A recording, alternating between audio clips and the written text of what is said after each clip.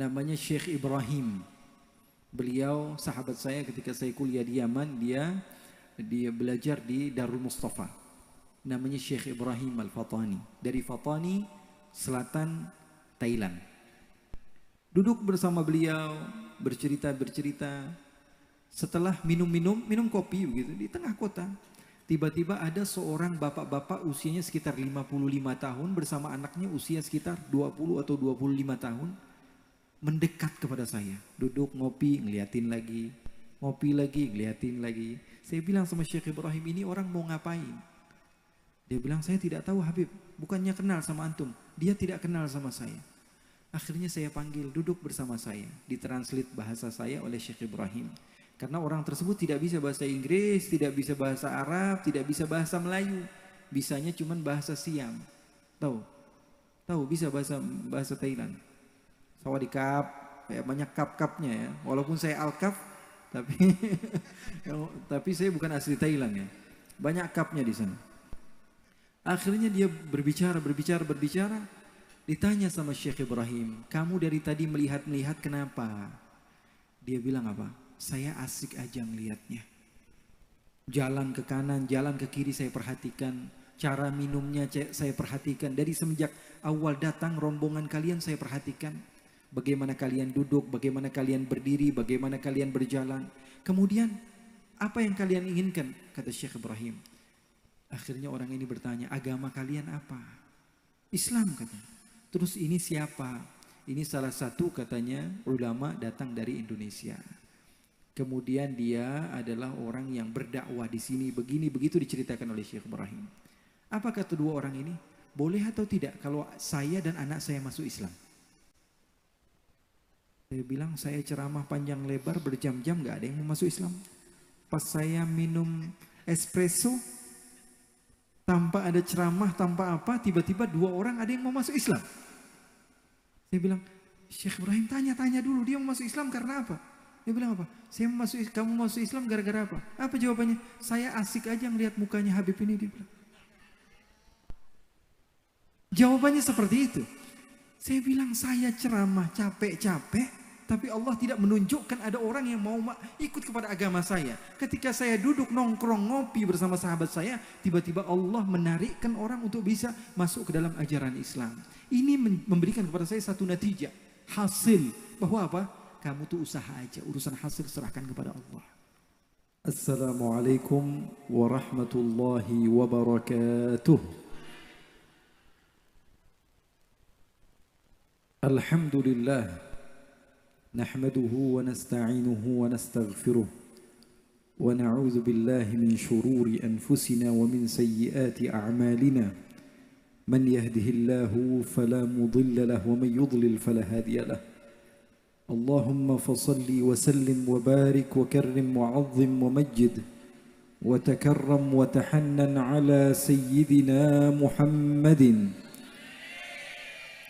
وعلى آله وصحبه أجمعين سبحانك لا علم لنا إلا ما علمتنا إنك أنت العليم الحكيم رب اشرح لي صدري ويسر لي أمري واحلل عقدة من لساني يفقه قولي اللهم إني أعوذ بك من علم لا ينفع وعمل لا يرفع وقلب لا يخشع ودعوة لا يستجاب لها ولا حول ولا قوة إلا بالله العلي العظيم.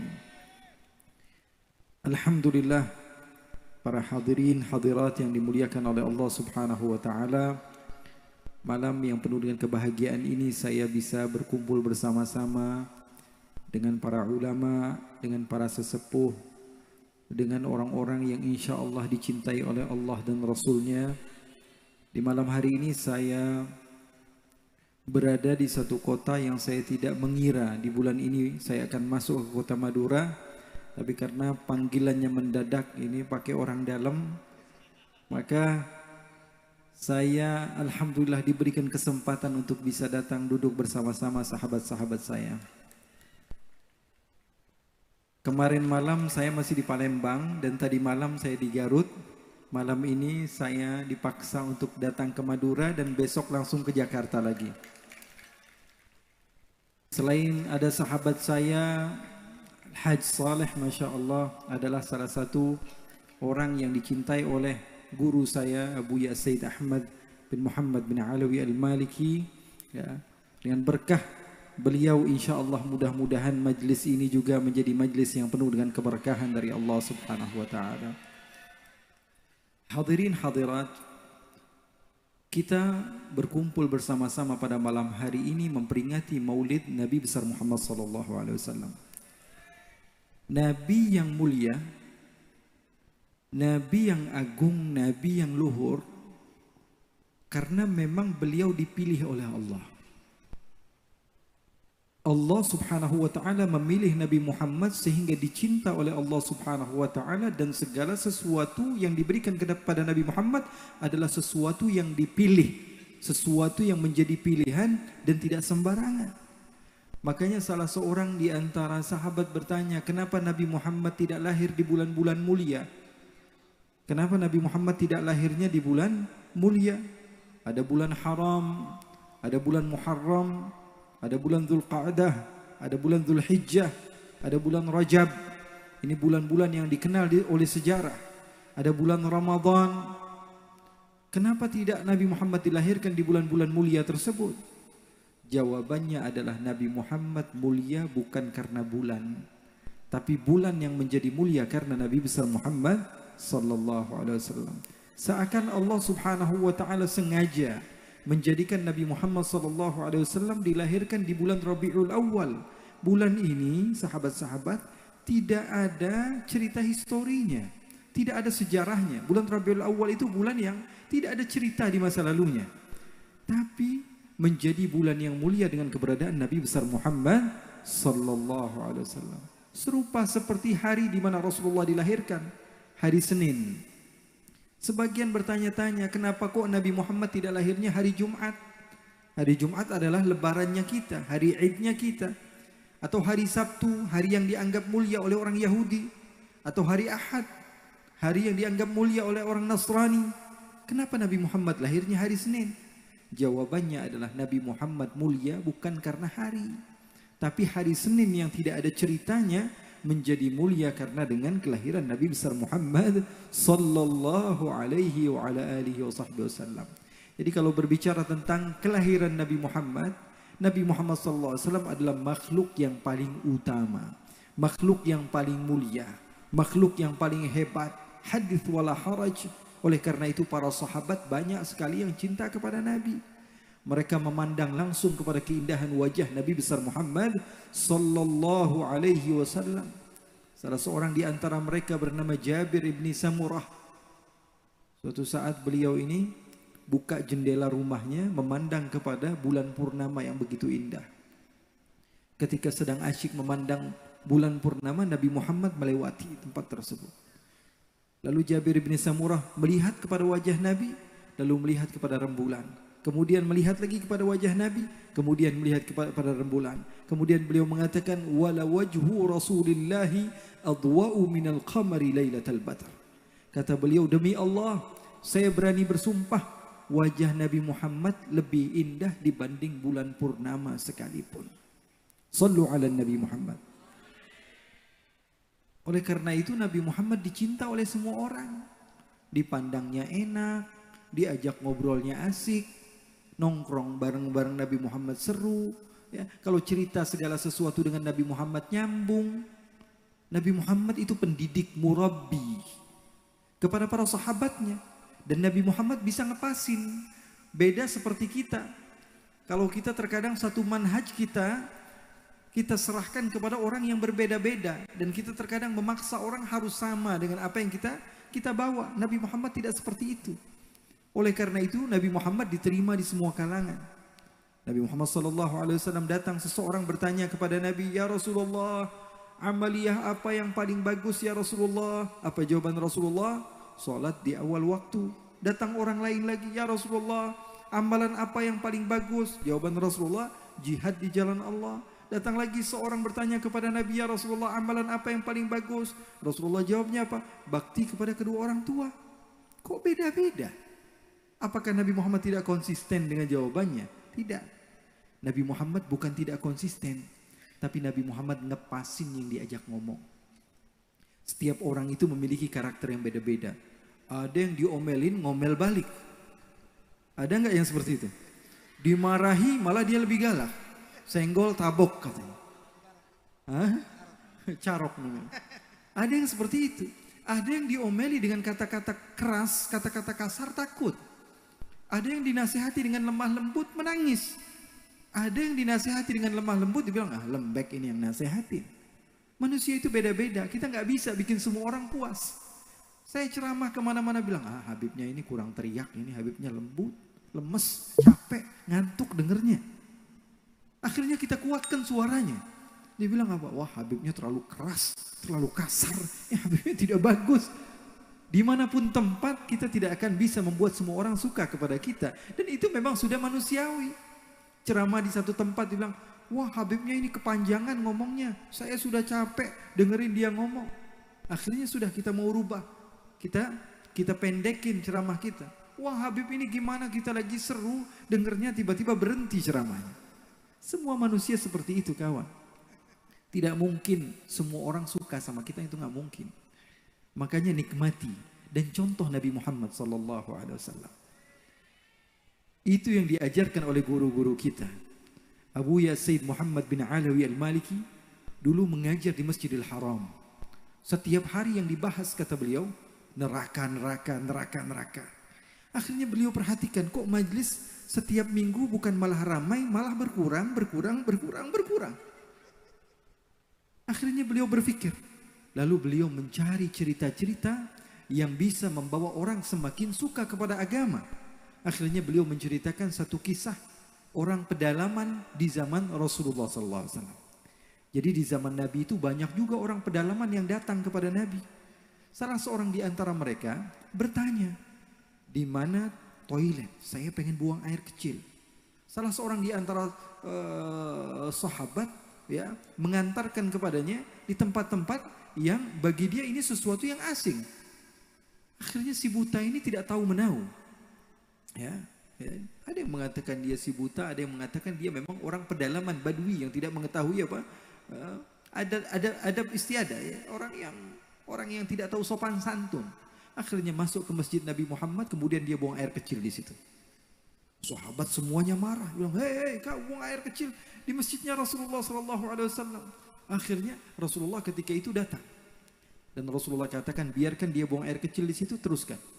Tuh. Di saat sahabat semuanya marah, Rasulullah SAW malah membiarkan dia buang air kecil di masjidnya Rasulullah. Ini kalau otak kita mikir kok Nabi Muhammad membiarkan dia buang air kecil di situ. Tapi kalau kita pikir panjang, orang kalau lagi kencing buang air kecil, kemudian dikejar-kejar, ujung-ujungnya satu masjid akhirnya najis. Betul atau tidak?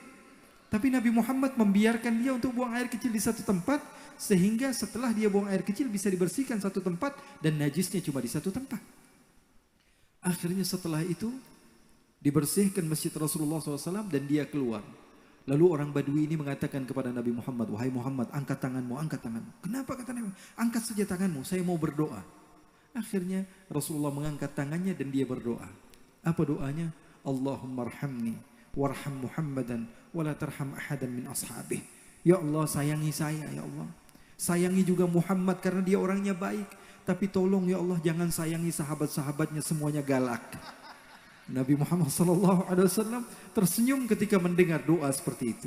Setelah membawakan kisah-kisah seperti ini, Abu Sayyid Muhammad bin Alawi Al-Maliki menceritakan bahwa dakwah beliau mulai diterima oleh masyarakat.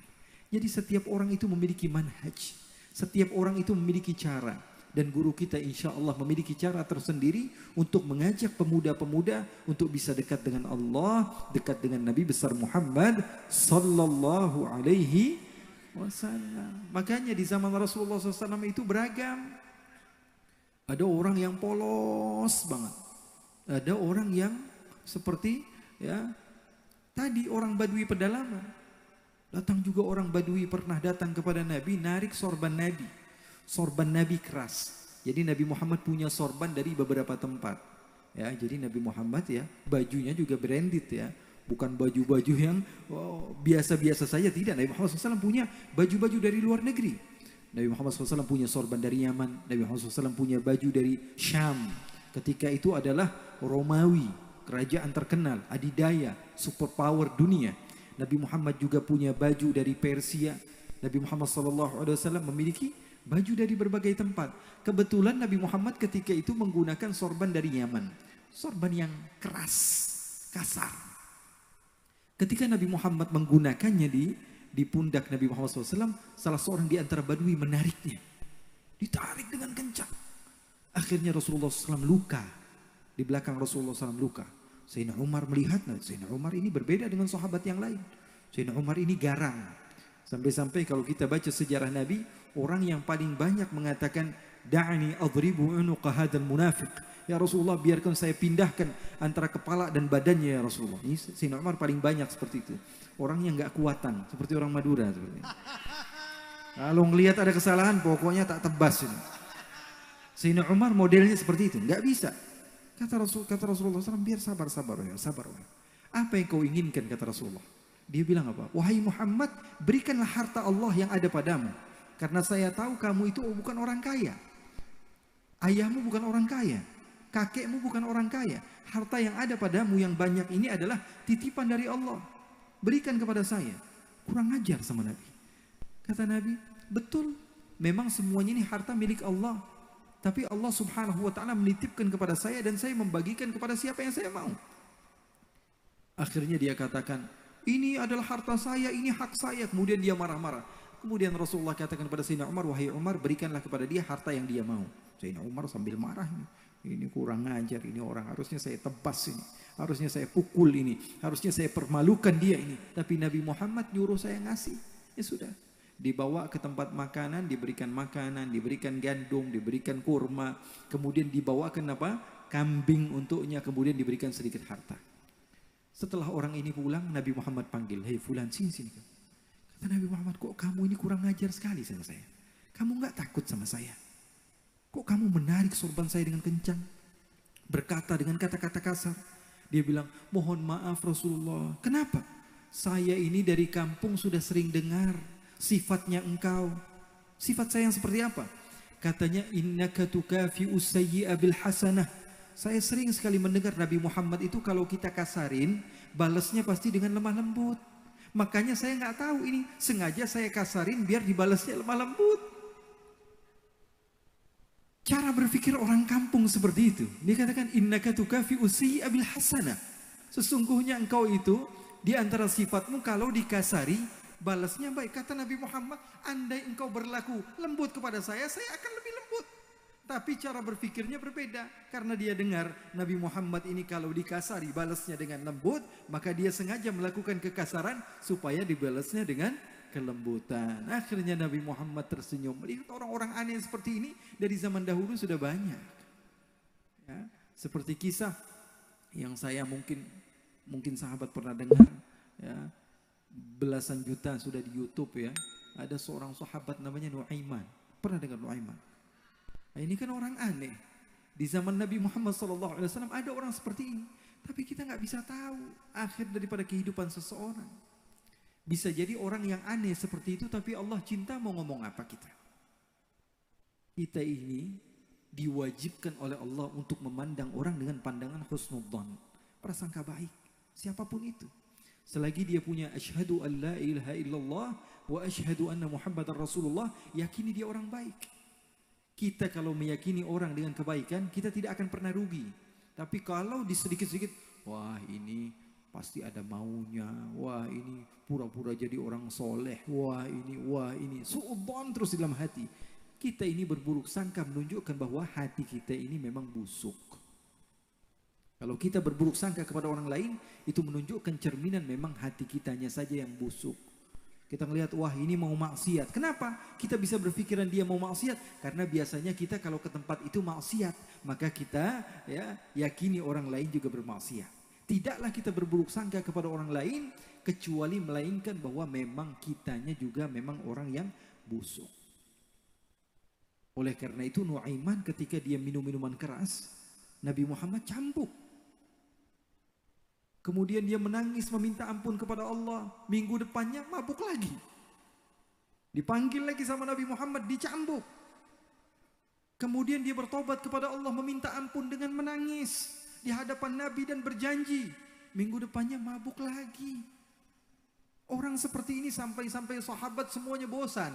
Dan sahabat Nabi Muhammad SAW mengatakan, la'natullahi ala Nu'aiman. La'nan.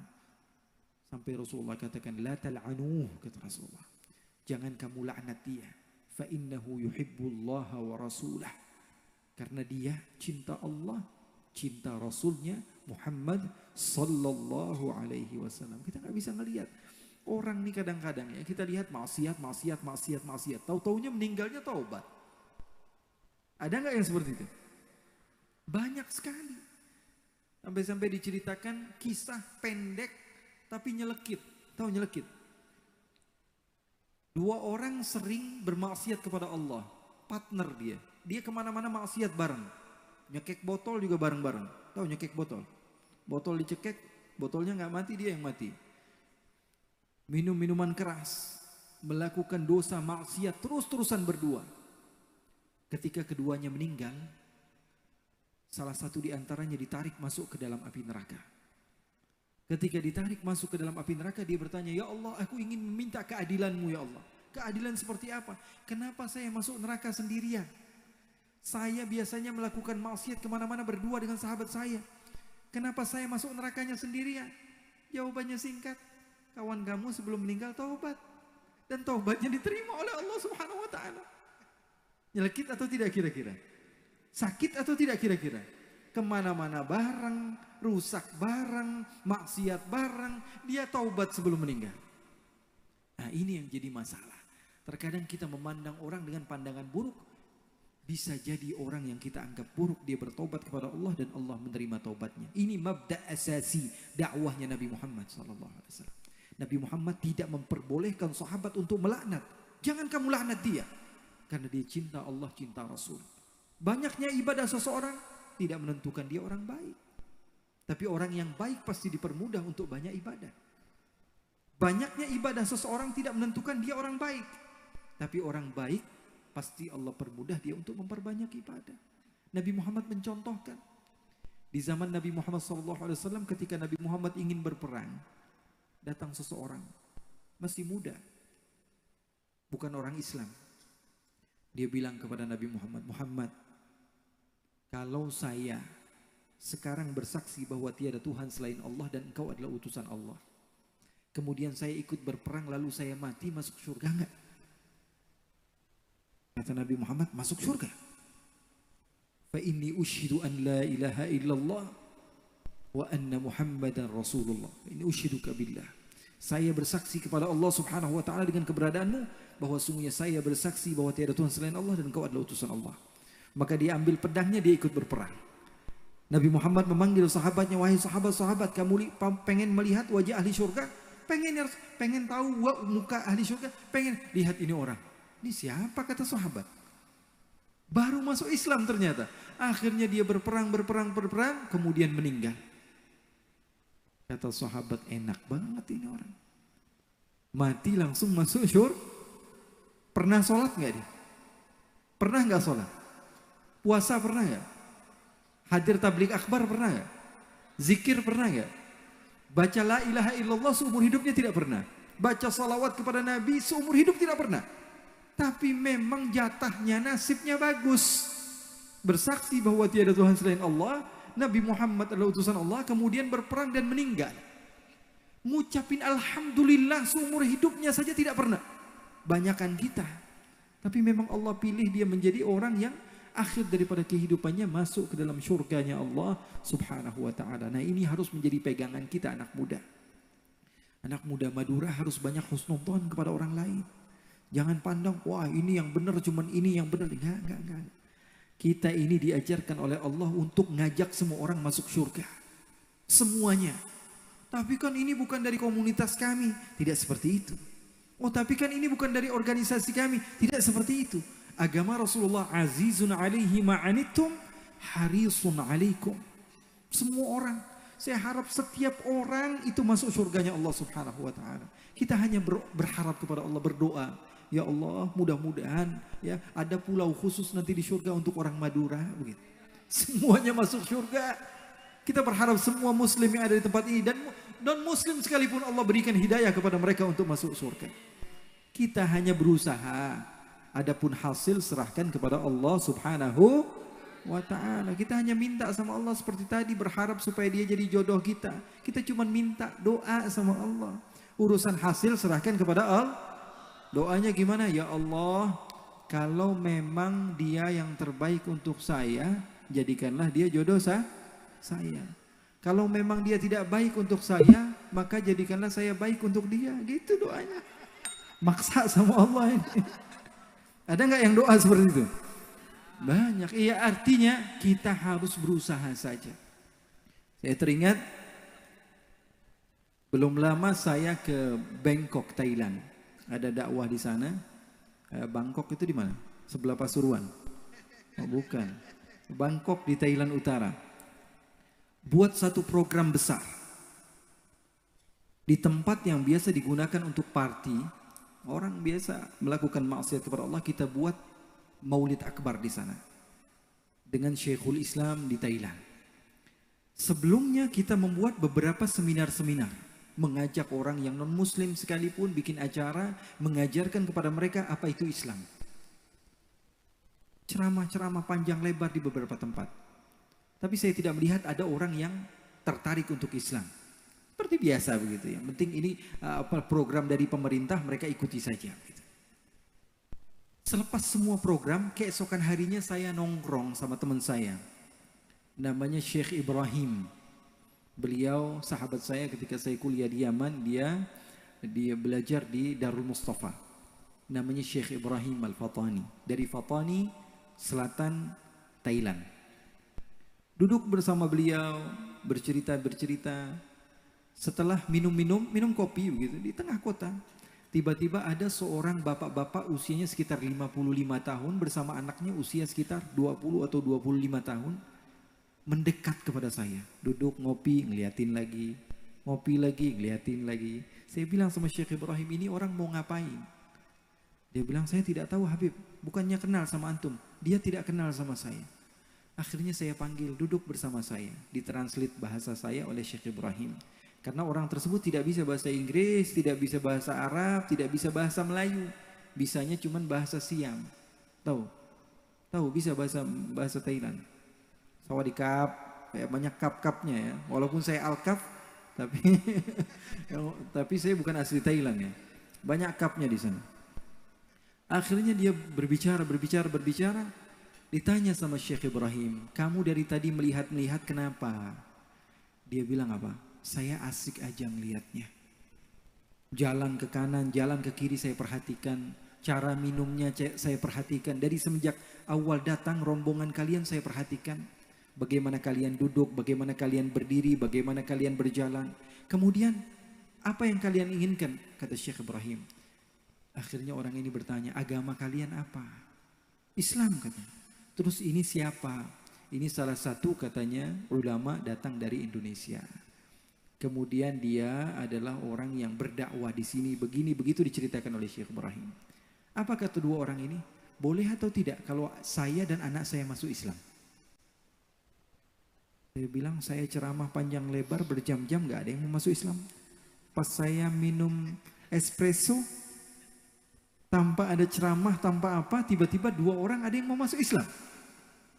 Saya bilang, Syekh Ibrahim tanya dulu, dia mau masuk Islam karena apa? Dia bilang apa? Kamu masuk Islam gara-gara apa? Apa jawabannya? Saya asik aja ngelihat mukanya Habib ini, dia bilang. Jawabannya seperti itu. Saya bilang, saya ceramah capek-capek, tapi Allah tidak menunjukkan ada orang yang mau ikut kepada agama saya. Ketika saya duduk nongkrong ngopi bersama sahabat saya, tiba-tiba Allah menarikkan orang untuk bisa masuk ke dalam ajaran Islam. Ini memberikan kepada saya satu natijah, hasil. Bahwa apa? Kamu tuh usaha aja, urusan hasil serahkan kepada Allah.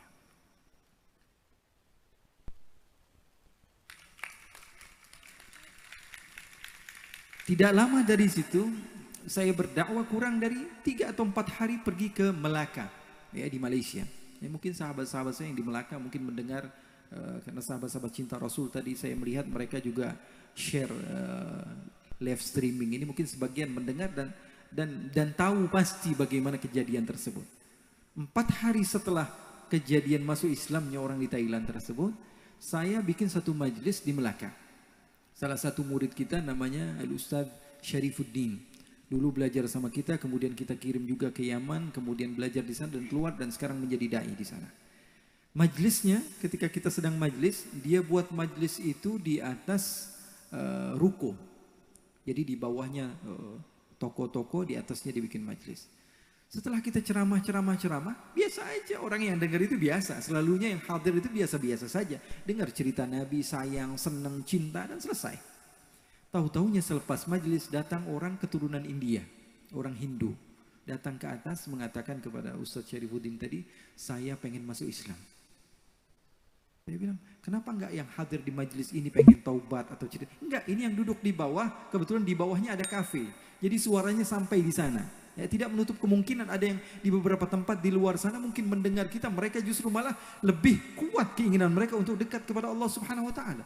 Akhirnya apa yang terjadi? Dia mengatakan, saya dari awal mendengar ceramah dan kisah-kisah tentang Nabi Muhammad membuat saya cinta kepada Nabi Muhammad dan saya ingin masuk Islam. Akhirnya di situ terbukti lagi bahwa urusan hasil serahkan kepada Allah. Kita hanya berusaha saja. Usia kita ini gak lama. Udah ada yang 30 tahun, 40 tahun, 50 tahun, 60 tahun. Apa yang kita bisa banggakan di hadapan Allah kelak di akhirat? Apa yang kita bisa banggakan di hadapan Nabi Muhammad SAW kelak? Selain kita husnudzon kepada setiap muslim, selain harapan kita, semua orang mudah-mudahan masuk ke dalam surganya Allah Subhanahu wa ta'ala. Satu orang Yahudi meninggal, Nabi Muhammad menangis. Ini yang meninggal Yahudi, bukan orang Islam. Sahabat-sahabat mengatakan kepada Nabi, ya Rasulullah, yang meninggal Yahudi. Kenapa kok engkau menangis? Kenapa engkau sedih? Harusnya musuh kita meninggal, kita senang, kita bahagia, kita bangga. Enggak perlu pakai perang, musuh kita sudah mati duluan. Kita kira-kira ada musuh besar kita mati, apa yang kita lakukan? Sujud syukur. Kenapa kok ini malah Nabi Muhammad menangis? Apa kata Nabi Muhammad SAW? Kata Nabi Muhammad SAW, telah terlepas dari saya satu jiwa yang tidak bisa terdakwahkan untuk bisa masuk ke dalam agama Islam. Nabi Muhammad pernah juga mengatakan, awalaysat nafsan? Bukankah ini adalah satu jiwa manusia?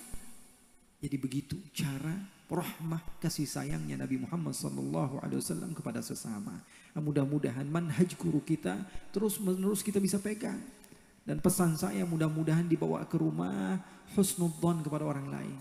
Gak ada manfaatnya kita buruk sangka. Kalaupun betul orang itu melakukan kesalahan, gak ada manfaatnya juga. Dapat pahala juga enggak kita. Kalau kita melihat orang, wah ini kayaknya mau minum minuman keras, terus dia minum minuman keras, kamu dapat pahala? Tebak-tebakan benar begitu? Enggak dapat pahala. Justru kalau kamu berburuk sangka kepada seseorang, kamu mendapatkan dosa. Nah, jadi kita punya tempat, punya bi'ah, punya majlis, punya sesepuh, punya orang-orang yang selalu support kita untuk mendapatkan kebaikan. Mudah-mudahan mereka selalu dijaga oleh Allah Subhanahu wa taala. Para ulama, para guru, para lora yang datang pada malam hari ini, mudah-mudahan Allah jaga mereka semua. Ini kenikmatan yang begitu luar biasa, bapak-bapak, ibu-ibu, ya saudara-saudari. Saya ini sudah kemana-mana ya, di Indonesia, di Asia, Eropa, Afrika. Saya melihat begitu sebagian tempat orang-orang datang kepada saya dan mengatakan, Habib, enak sekali jadi orang Indonesia. Mau bikin majelis gampang, semua gampang. Di luar sana susah. Di luar sana susah. Mau masuk masjid saja susah. Apalagi mau bikin tabligh akbar. Kita mingguan ini at-taufik ada majelis rutinan, bulanan ada. Di mana-mana tempat banyak ulama. Tinggal kita mau bersyukur atau tidak kepada Allah. Ya, tinggal kitanya mau bersyukur atau tidak kepada Allah Subhanahu wa taala. Mudah-mudahan Allah Subhanahu wa taala berikan keberkahan kepada kita semua dan dijadikan kita termasuk orang-orang yang saling cinta mencintai karena Allah Subhanahu wa taala. Terakhir ya. Karena memang mungkin sudah malam, di sini belum terbiasa kali ya. Tabligh akbar biasa sampai kapan? Sampai jam berapa di sini? 12 paling. Siap duduk sampai subuh di sini? Silahkan duduk sampai subuh, saya mau pulang. Ya, jadi terakhir ya, kita ini beruntung juga punya Nabi Muhammad. Kita beruntung. Kita ini dipilih sama Allah. Allah memilih kita dari banyaknya makhluk. pernah kita minta sama Allah, ya Allah jadikan saya umat Nabi Muhammad, tidak. Tapi Allah memilih kita menjadi makhluk terbaik ciptaan Allah. Allah yang mengatakan kuntum khairu ummatin ukhrijat linnas. Bukan saya yang mengatakan. Allah yang mengatakan kalian ini adalah makhluk terbaik ciptaan Allah. Dari semua ciptaan Allah dari zaman Nabi Adam sampai sekarang yang terbaik itu kita. Dan ini ada dalilnya dalam Al-Quran. Allah katakan kalian sebaik-baiknya makhluk. Dimanjain sama Allah. Umat-umat terdahulu, umat Nabi Musa, kalau salah seorang di antara mereka melakukan dosa dengan matanya, Allah tidak akan pernah terima taubatnya kecuali matanya dicongkel dulu baru diterima taubat. Umat Nabi Musa, salah seorang di antara mereka kalau melakukan maksiat dengan kakinya, tidak akan diterima taubatnya kecuali kalau mereka memotong kakinya. Kalau kita enggak, tinggal menyesal, meninggalkan maksiat pada saat itu juga, ada kemauan kuat tidak mengulanginya. 3 syarat ini kalau sudah dilakukan, maka taubat kita menjadi taubatan nasuha. Umat Nabi terdahulu tidak seperti itu. Bahkan Nabi Musa diceritakan dalam Al-Quran, umatnya bertanya kepada Nabi Musa, wahai Musa, bagaimana cara kami minta ampun kepada Allah, bertaubat kepada Allah? Apa Nabi Musa jawaban Nabi Musa kepada umatnya? Nabi Musa mengatakan, faqtulu anfusakum dzalikum khairul lakum 'inda bari'ikum fataba 'alaikum. Kalau pengen taubat kalian diterima oleh Allah, ambil pisau bunuh diri. Kalau kalian berani membuktikannya dengan bunuh diri, maka taubat kalian baru akan diterima oleh Allah. Kalau tidak, maka akan bergantung begitu saja. Serba salah, enggak dipotong kaki, dosa terus menerus masuk neraka, dipotong kaki sakit. Tapi umat Nabi Muhammad hanya perlu menyesal, meninggalkan maksiat pada saat itu juga, dan ada kemauan kuat untuk tidak mengulangi dosanya. Umat terdahulu susah, semuanya serba susah. Ada nazar dengan dipotong kepala lah. Umat terdahulu ada orang, salah seorang di antara mereka kalau wanita dia haid, datang bulan, wajahnya tidak boleh dipandang siapapun, harus masuk ke dalam satu kamar dikunci, nggak boleh dilihat. Umat Nabi Muhammad, malah Nabi Muhammad katakan isna'u kulla syai'in illa nikah. Lakukan, mau haid, mau diapain terserah kalian. Hanya saja berhubungan tidak boleh, selainnya terserah kalian mau apa saja. Dipermudah. Bahkan di dalam riwayat dikatakan bahwa umat Nabi terdahulu kalau badan mereka terkena najis, sholat mereka tidak sah sebelum mereka memotong badan yang terkena najis. Nggak dipotong, nggak bisa sholat. Dipotong sakit. Umat Nabi Muhammad tinggal dicuci, dibasuh, mudah sekali.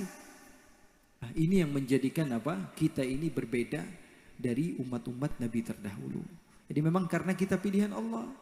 Allah Subhanahu wa taala pilih kita dari banyaknya makhluk Allah. Syukuri nikmat tersebut karena berkat Nabi besar Muhammad sallallahu alaihi wa ala alihi wasallam. Mudah-mudahan barakah, mudah-mudahan manfaat, dan dijadikan kita termasuk orang-orang yang mendapatkan derajat di sisi Allah Subhanahu wa taala dan syafaat dari Nabi besar Muhammad sallallahu alaihi wasallam. Allahumma ja'al jam'ana hadza jam'an marhuma wa tafarruqana min ba'dihi tafarruqan ma'suma wa la taj'al Allahumma fina wa la minna wa la ma'ana syaqiyan wa la mahruma walhamdulillahi rabbil alamin.